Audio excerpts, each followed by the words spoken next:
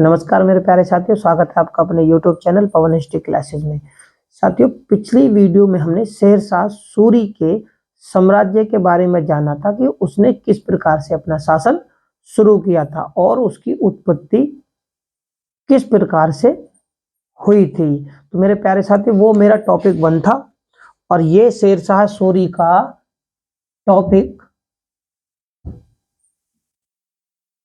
2, ठीक है, टॉपिक 2 है। तो मेरे प्यारे साथियों, चैनल नया है, इसे ज़्यादा से ज़्यादा लाइक करें, शेयर करें और सब्सक्राइब करें। होता क्या है, पिछली वीडियो में हमने शेरशाह सूरी से संबंधित बहुत सारे महत्वपूर्ण वाक्य जो थे वो कवर किए थे, ठीक है, और जो रह गए थे वो वाक्य इस वीडियो के माध्यम से हम कवर करेंगे। शेरशाह सूरी का साम्राज्य भी अपने आप में काफ़ी बड़ा था क्योंकि वो बंगाल से लेकर सिंध तक था, ठीक है, तो उसके बारे में हम जानेंगे। तो मेरे प्यारे साथियों, होता क्या है, पिछली वीडियो में मैंने आपको बताया था कि जब सन 1542 का समय था तो इसने क्या करा था, ग्वालियर पर अधिकार किया था। शेरशाह सूरी ने ग्वालियर पर अधिकार किया था, उसके बाद में मालवा पर जब अधिकार करने चला गया तो जब वहां से लौट रहा था तो तब करा था रणथंभौर पर, ठीक है। रणथंभौर पर अधिकार करने के बाद में इसने क्या करा था, अपने पुत्र आदिल खां को वहां का गवर्नर नियुक्त किया था। इसके बाद में जो इसका संघर्ष होता है शासन के दौरान, भाई इनसे संबंधित क्वेश्चन किस प्रकार से पेपरों में पूछे जाते हैं वो अपने आने वाली वीडियो के माध्यम से हम कराएंगे।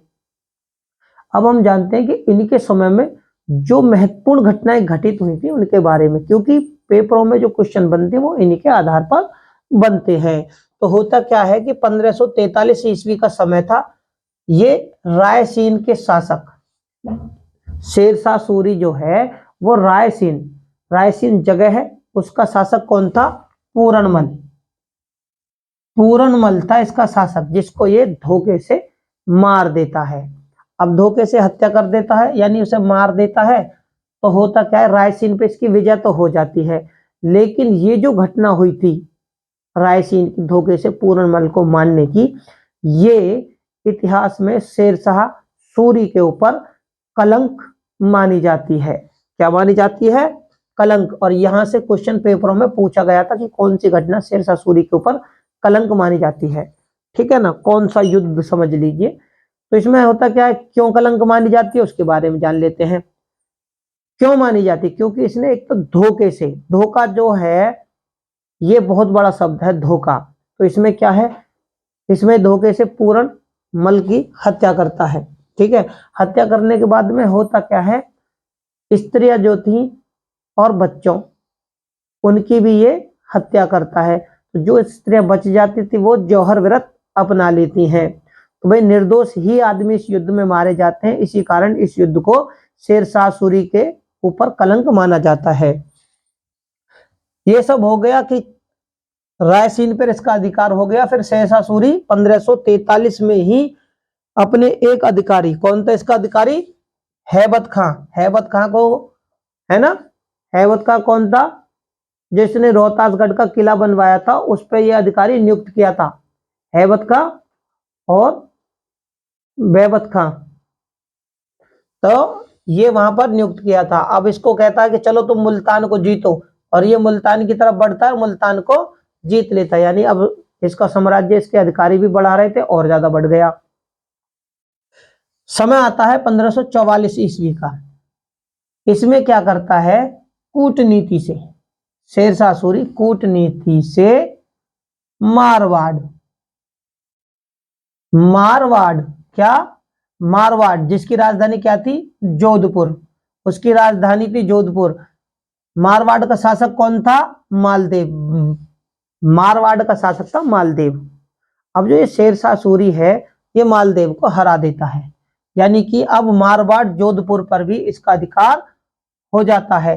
भाई आखिरकार होता क्यों है ये भी तो जान लीजिए। मारवाड़ पर क्यों आक्रमण करता है, क्यों करता है, इसलिए करता है क्योंकि जो मारवाड़ का शासक था मालदेव, ये हुमायूं की मदद करता है, और हुमायूं और शेरशाह सूरी का आपस में युद्ध हुए थे, यानी वो एक दूसरे के शत्रु थे, क्योंकि वो उसका समकालीन था हुमायूं का। अब होता क्या है कि बीकानेर का जो राजा थे ना, बीकानेर का राजा कल्याणमल, याद रखना बीकानेर। अब देखो मालदेव के बारे में तो सुन लिया कि मारवाड़ पर आखिरकार शेषासुरी आक्रमण क्यों करता है। इसलिए करता है क्योंकि मालदेव ने, कूटनीति थी उसकी कि इसने मालदेव के लिए हेल्प करी थी, यानी सहायता करी थी, तो अब इसे मैं सबक सिखाऊंगा, इसलिए ये मालदेव पर आक्रमण करता है। दूसरा कारण और था कि बीकानेर का राजा था कल्याणमल, ठीक है, और मेड़ता, मेड़ता का राजा था बीरमदेव। ये क्या करते हैं, अब जो ये मालदेव था ये कल्याणमल और बीरमदेव को परेशान कर रहा था। परेशान मतलब वो इनके राज्यों को हड़पना चाहता था, इनसे युद्ध के लिए चुनौती देता था, ये हो गए थे परेशान।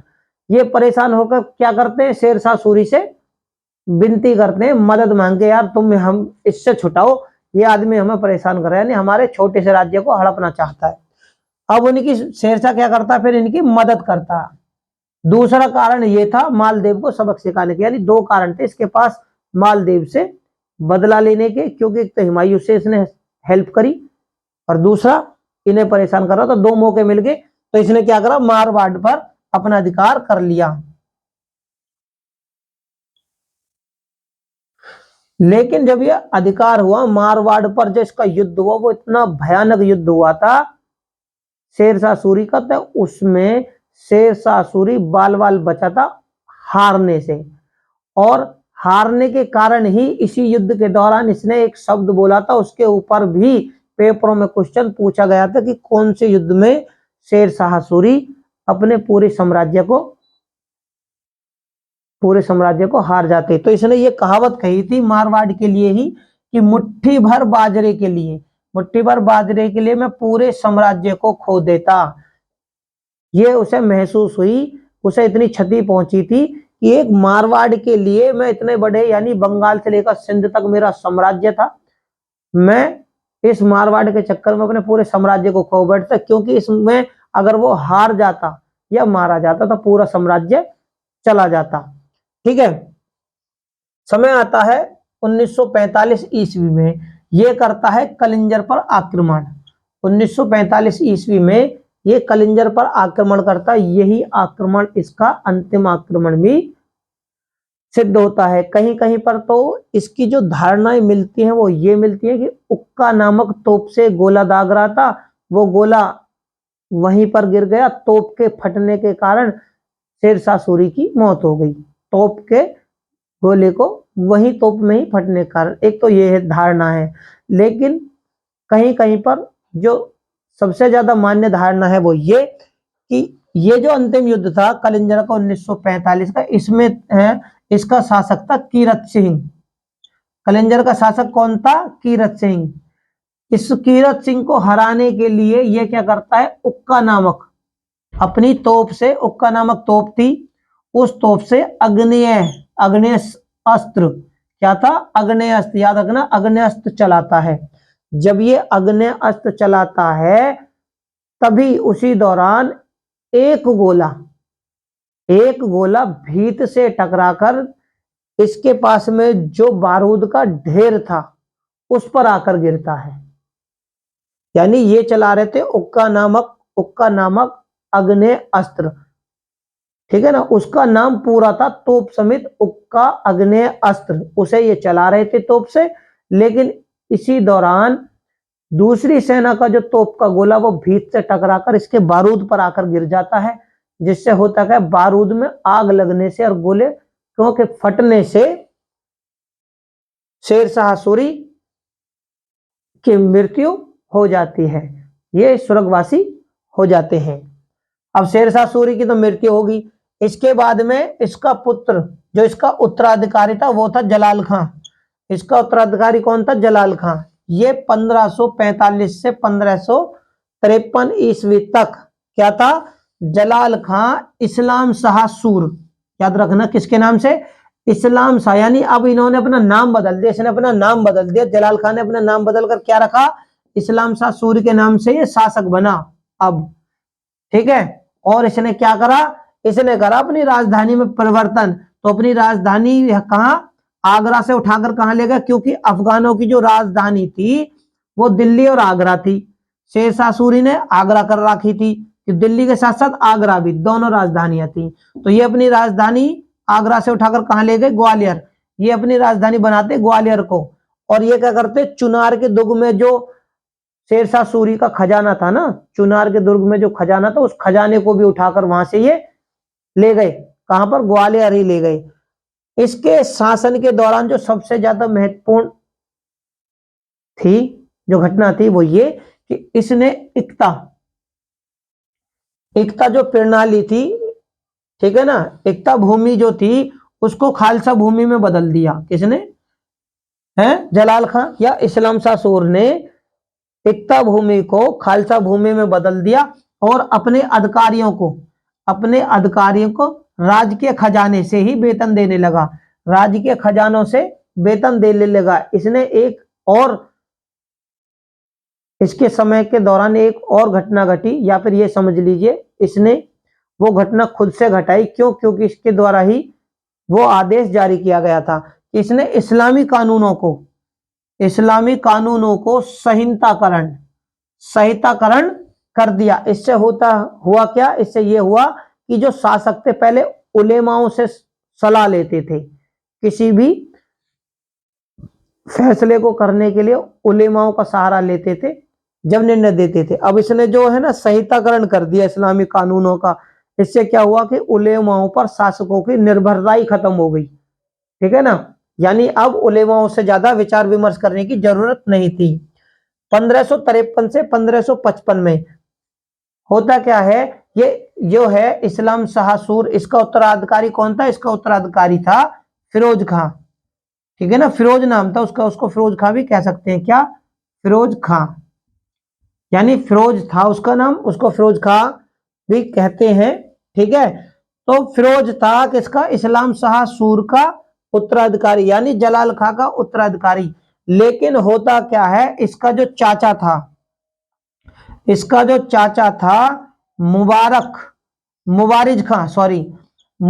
खां है, इसकी हत्या कर देता है। अब हत्या करने के बाद में जो मुबारिज खां था, ये क्या है, क्योंकि इस्लाम शाह सूर का था ये उत्तराधिकारी, यानी इसका बेटा फिरोज, और इसका चाचा था मुबारिज खां, यानी इस्लाम शाह सूर का भाई, ठीक है ना। तो ये इसकी हत्या कर देता है स्वयं, यानी खुद ही आदिल शाह सूर के नाम से। अब देखो इसने भी नाम बदल दिया, मुबारिज खां ने अपना नाम बदल कर, यानी खुद जो ये गद्दी पर बैठा था, किसके नाम से बैठा, स्वयं आदिल शाह सूर के नाम से, यानी आदिल शाह सूर के नाम सर ये अब शेरशाह सूरी की गद्दी पर, यानी शेरशाह का जो साम्राज्य था उस पर शासन करता है। शासक बनने के बाद में ये क्या करता है, ये जो है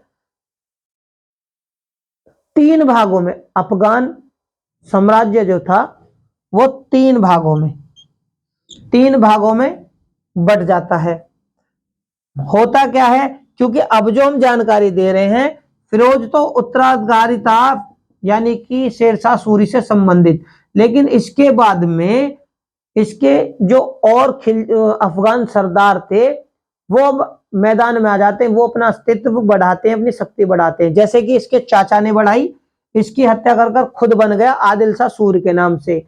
अब इसी को देखते हुए दूसरे अफगान सरदार, वे 3 राज्यों में 3 भागों में इसका साम्राज्य बटा, तो इसे ना इब्राहिम सूर यानी दूसरे सरदार ने दिल्ली और आगरा से बाहर निकाल दिया। दिल्ली जो कि अफगानों की राजधानी थी, उसके बाद अफगानों की आगरा भी राजधानी थी, तो इब्राहिम सूर ने से दिल्ली आगरा से बाहर भगा दिया और खुद शासक बन गया। अब देखो इब्राहिम सूर शासक बन गया। अब क्या है, जो मुबारिज खिलजी यानी आदिल शाह सूर जो है वो क्या करता है, ये रहा आदिल शाह सूर जो है ये क्या करता है, कौन सा, चुनार और जौनपुर पर अधिकार करता है। यानी इब्राहिम सूर के अधिकार में थे दिल्ली और आगरा, ठीक है ना, और मुबारक खिलजी जो कि आदिल शाह सूर के नाम से शासक बना था, उसने चुनार और जौनपुर पर अधिकार कर लिया। यानी अफगानों के भी अब 2 हो गए। ठीक है, इधर होता क्या है, सिकंदर शाह।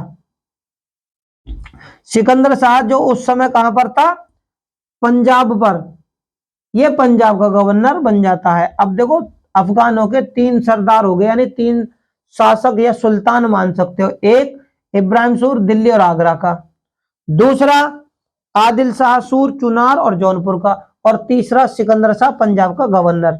गवर्नर के साथ साथ ये भी भैया जो गवर्नर होते हैं, अधिकारी होते हैं, यही अपने साम्राज्य को बढ़ाते हैं और बाद में आकर नया राजवंश और नया राज्य शुरू कर देते हैं। ये थे शेरशाह सूरी से संबंधित वो शासक, वो सुल्तान जिन्होंने साम्राज्य में किस प्रकार से शासन किया, किस प्रकार वो शासक बने। ठीक है, अब हम करते हैं प्रशासनिक बात। भाई अगर हम अफगानों की बात करें, अफगानों की अगर हम बात करें तो जो अफगान थे वो क्या थे, स्वतंत्र जनजातीय, इनके अंदर जो स्वतंत्र भावना थी, जनजातीय भावना थी स्वतंत्रता की, स्वतंत्र रहना पसंद करते थे, अपने किसी के अधीन रहना पसंद नहीं करते थे। इसी प्रकार बहलोल लोदी जो था अफगानों में, वो क्या, सिकंदर आली, अपने सरदारों को सिकंदर आली करता था। ठीक है ना, उसके बाद में ये तुम्हारे जो ये शेरशाह है, ये राजतंत्र चाहता था। ठीक है ना, यानी अपने राज्य की स्थिति को और व्यवस्थित करना चाहता था। इसका लेकिन जो प्रशासन था, कुछ जो इसका मॉडल था ना प्रशासन करने का, ये अलाउद्दीन खिलजी से मिलता हुआ था। इसका जो मॉडल था अलाउद्दीन खिलजी से मिलता हुआ था, लेकिन इसके बाद में जो अकबर प्रशासन का मॉडल तैयार करता, उसका जो प्रशासन का तरीका था वो शेरशाह सूरी से प्रभावित था। ठीक है, तो उसी के बारे में जानते हैं। तो इसने जो अपना विभाग था किस प्रकार से, देखो इसमें कुछ ऐसी चीजें हैं जो कि अलाउद्दीन खिलजी के शासन से मिलती हैं। जैसे दीवान, इसने अपना जो प्रशासनिक विभाग बनाए। सबसे पहला विभाग जो इसका था दीवान आरिज। दीवान आरिज क्या था, ये सैन्य विभाग था, शेरशाह सूरी का सैन्य विभाग था। इसने क्या करा था, वही अलाउद्दीन खिलजी ने जो दाग प्रथा शुरू की थी उसे दोबारा से पुनर्जीवित करा। पुनर्जीवित करा तो इसने क्या करा, दाग और हुलिया जो पद्धति थी उसको शुरू किया। ठीक है, कौन सा विभाग था, दीवान आरिज यानी सैन्य विभाग। इसमें दाग लगाकर और हुलिया के द्वारा सैनिकों की और घोड़ों की रखरखाव करते थे, यानी उन्हें भर्ती करते थे। दूसरा विभाग था शेरशाह सूरी का दीवान इंसा। दीवान इंसा जो है वो पत्राचार से संबंधित विभाग था। जो आधुनिक समय की आप न्यूज रिपोर्टर हैं, न्यूजे हैं, वो उस समय के उस जो वाक्य थे वो पत्राचार कहे जाते थे। ठीक है ना, पत्राचार से संबंधित विभाग था।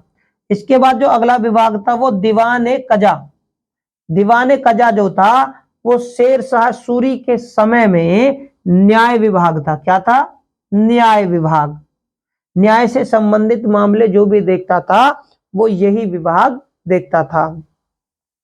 अगला जो इनका विभाग था दीवान रिसालत। दीवान रिसालत अगला विभाग था शेरशाह सूरी का। ये जो विभाग था ये धर्म से संबंधित विभाग था। किससे, धर्म से संबंधित विभाग था। लेकिन इसमें कुछ विद्वान हैं जिनकी अलग अलग धारणा है, उनके बारे में भी हम जान लेते, क्योंकि जरूरी नहीं है पेपरों में यहाँ ही से ही पूछा जाए। विद्वानों से भी संबंधित पूछे जाते हैं कि कौन से विद्वान ने कौन से वाक्य की जानकारी दी, मिलाने के लिए उन्हें मिलाइए। तो इसमें क्या है, कानून को जो है इतिहासकार हैं, विद्वान हैं, वो ये कहते हैं कि शेरशाह सूरी का जो साम्राज्य था वो प्रांतीय प्रशासन नहीं था। ये कहते हैं शेरशाह सूरी का जो प्रशासन का जो तरीका था वो प्रांतीय प्रशासन नहीं था। लेकिन दूसरे विद्वान ये जो है परमात्मा शरण, परमात्मा शरण क्या कहते हैं, इनकी जो धारणा है कि नहीं, प्रांतीय प्रशासन, शेरशाह सूरी का जो प्रशासन था वो प्रांतीय प्रशासन था। ठीक है, ये इनकी ये 2 धारणाएं हैं। अब अब्दुल फजल जो है, अबुल फजल जो थे वो, अबुल फजल जो था वो अकबर के समय से संबंधित था। क्यों, अकबर भी अब समझ लीजिए इसका समकालीन था, क्योंकि अकबर का जन्म 1542 ईस्वी में हुआ था। ठीक है, 42 में हुआ था, लेकिन सूर साम्राज्य जो था वो अभी तक 1555 ईस्वी तक चला, क्योंकि 54 और 55 में हुमायूं ने दोबारा से दिल्ली सल्तनत पर भी, क्योंकि ये जो शेरशाह सूरी के बाद में 45 में मर गया था शेरशाह सूरी, ठीक है ना, कलिंजर के युद्ध के बाद में भाई मृत्यु हो गई, ठीक है, लेकिन इसका जन्म अकबर का जो हुआ वो 42 में हुआ। अकबर उस समय बहुत छोटा था, मानते हैं ये बात। लेकिन उसके बाद में शेरशाह सूरी के उत्तराधिकारियों ने यानी अफगानों ने शासन किया। तब तक हुमायूं अपने सल्तनत से बाहर था। सल्तनत से बाहर 15 वर्ष बिताए थे उसने, क्योंकि 40 से लेकर और 1555 तक था। ठीक है ना, क्योंकि जो युद्ध बिलगाम कन्नौज के युद्ध में शेरशाह ने उसे हरा दिया था तो निष्कासित हो गया था। ठीक है ना, अब होता क्या है कि ये जो उसके बाद में शेरशाह सूरी के बाद में जो शासक आए वो कमजोर और निर्बल थे, जिन्होंने शेरशाह सूरी के साम्राज्य को नहीं संभाल पाए, क्योंकि इसका साम्राज्य बहुत बड़ा था, बंगाल से लेकर सिंध तक। अब कमजोर थे, तो हुमायूं ने इन्हीं चीजों का फायदा उठाकर 55-56 में दिल्ली सल्तनत को दोबारा से अपने अधिकार में ले लिया, यानी अपने अधीन ले लिया। और फिर 1556 को, क्या 1556 को ही हुमायूं ने अकबर को अपना उत्तराधिकारी नियुक्त किया था। तो किसके समकालीन हुआ? तो अफगान शासकों के समकालीन ही था अकबर का भी शासन।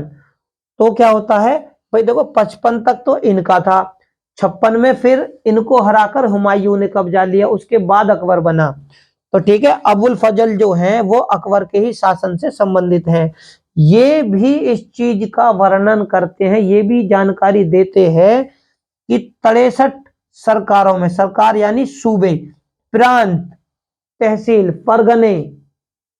परगने, तो 63 सरकारों में बटा हुआ था इसका साम्राज्य, जिनमें से 16 सरकारें जो थीं, 16 सरकारें, सूबे, प्रांत या जिले जो थे वो बंगाल में थे। और 47 जो सरकारें थी, 47 आप उन्हें जिले मान लीजिए, सूबे मान लीजिए, परगने मान लीजिए, ठीक है ना, जो थे वो देश के अन्य राज्य में, यानी केवल बंगाल में 16 थे। बंगाल के बाद में इसका साम्राज्य कहां तक था? सिंध तक। तो बाकी जो सूबे थे वो 47 थे, और वो बंगाल से अलग बिहार में, उत्तर प्रदेश में, यानी सिंध तक, मालवा, ग्वालियर, राजस्थान, इस तरीके से होकर 47 जो इसके सूबे थे वो सिंध तक फैले हुए थे। तो मेरे प्यारे साथियों, उम्मीद करता हूं आपको शेरशाह सूरी के शासन से संबंधित और उसके उत्तरवर्ती यानी शेरशाह के बाद के उत्तरवर्ती शासकों के शासन से संबंधित महत्वपूर्ण जानकारियां आप लोगों को मिली होगी। उसके प्रशासन से संबंधित भी जानकारियां आपको मिली होंगी। जो जानकारियां रह गई हैं वो हम अपने आने वाले अगले टॉपिक में, यानी आने वाली अगली वीडियो में कराएंगे। मेरे प्यारे साथियों, चैनल नया है, इसे ज्यादा से ज्यादा लाइक, शेयर और सब्सक्राइब करें। बेल आइकन को दबाना बिल्कुल भी ना भूलें। डिस्क्रिप्शन बॉक्स में लिंक दिया हुआ है, वहां पर जाकर आप हमारी सारी वीडियो को देख सकते हैं। इनसे संबंधित क्वेश्चन किस प्रकार से पेपरों में पूछे जाते हैं वो भी हम अपने आने वाली वीडियो के माध्यम से आप लोगों को कराएंगे। धन्यवाद।